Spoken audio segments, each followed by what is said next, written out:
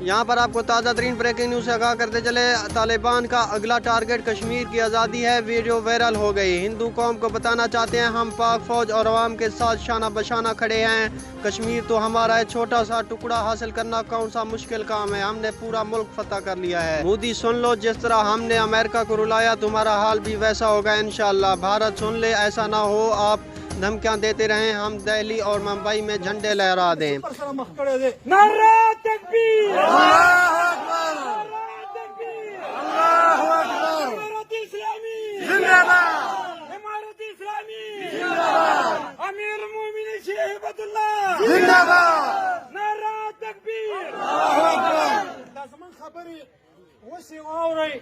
قوم ته ورسوي د کونړ ولایت ټول قوم ته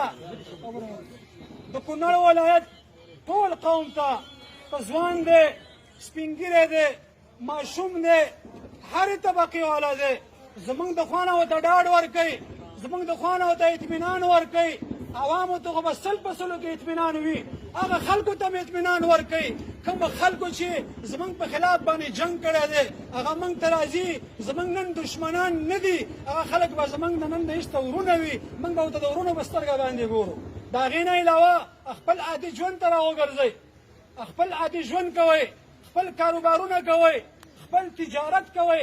خپل دکانونه هم خلاص کوئ خپل تعلیمي ادارې هم خلاصې کوئ خپل سپینګیري ته وایي خپله جرګه دې وکړه خپله مرکه دې وکړه ستا په مټ باندې به زه مضبوطېږم ستا په مټ باندې به اسلامي امارت مضبوطېږي ستا په همکارۍ باندې به اسلامي نظام انشاءالله مضبوطېږي نو دغه مې ته خبرې دي لږې ډېرې چې یو کس سره ملاویږو یا یو کس سره ځان له کینو تفصیلي وخت غواړي موږ دغه څلورمه پنځمه ورځ ده چې تقریبا په څلورو ورځو کې به 4 غنټې خوب نه شوی نو موږ مشکل کې دا یو چې نوې اداره ده اداره هم تشکیل کړې ده خوف او خطر به څوک نه لري هېڅ چا ته به خوف او خطر نه کله چا د فواید سره کاری رئیس موجود دی که چا د مؤسساتو سره کاری رئیس موجود دی کله چا استخباراتو سره کاری رئیس موجود دی کله چا معارف سره کار وي رئیس موجود دی کله چا تعلیم او تربیه سره کار وي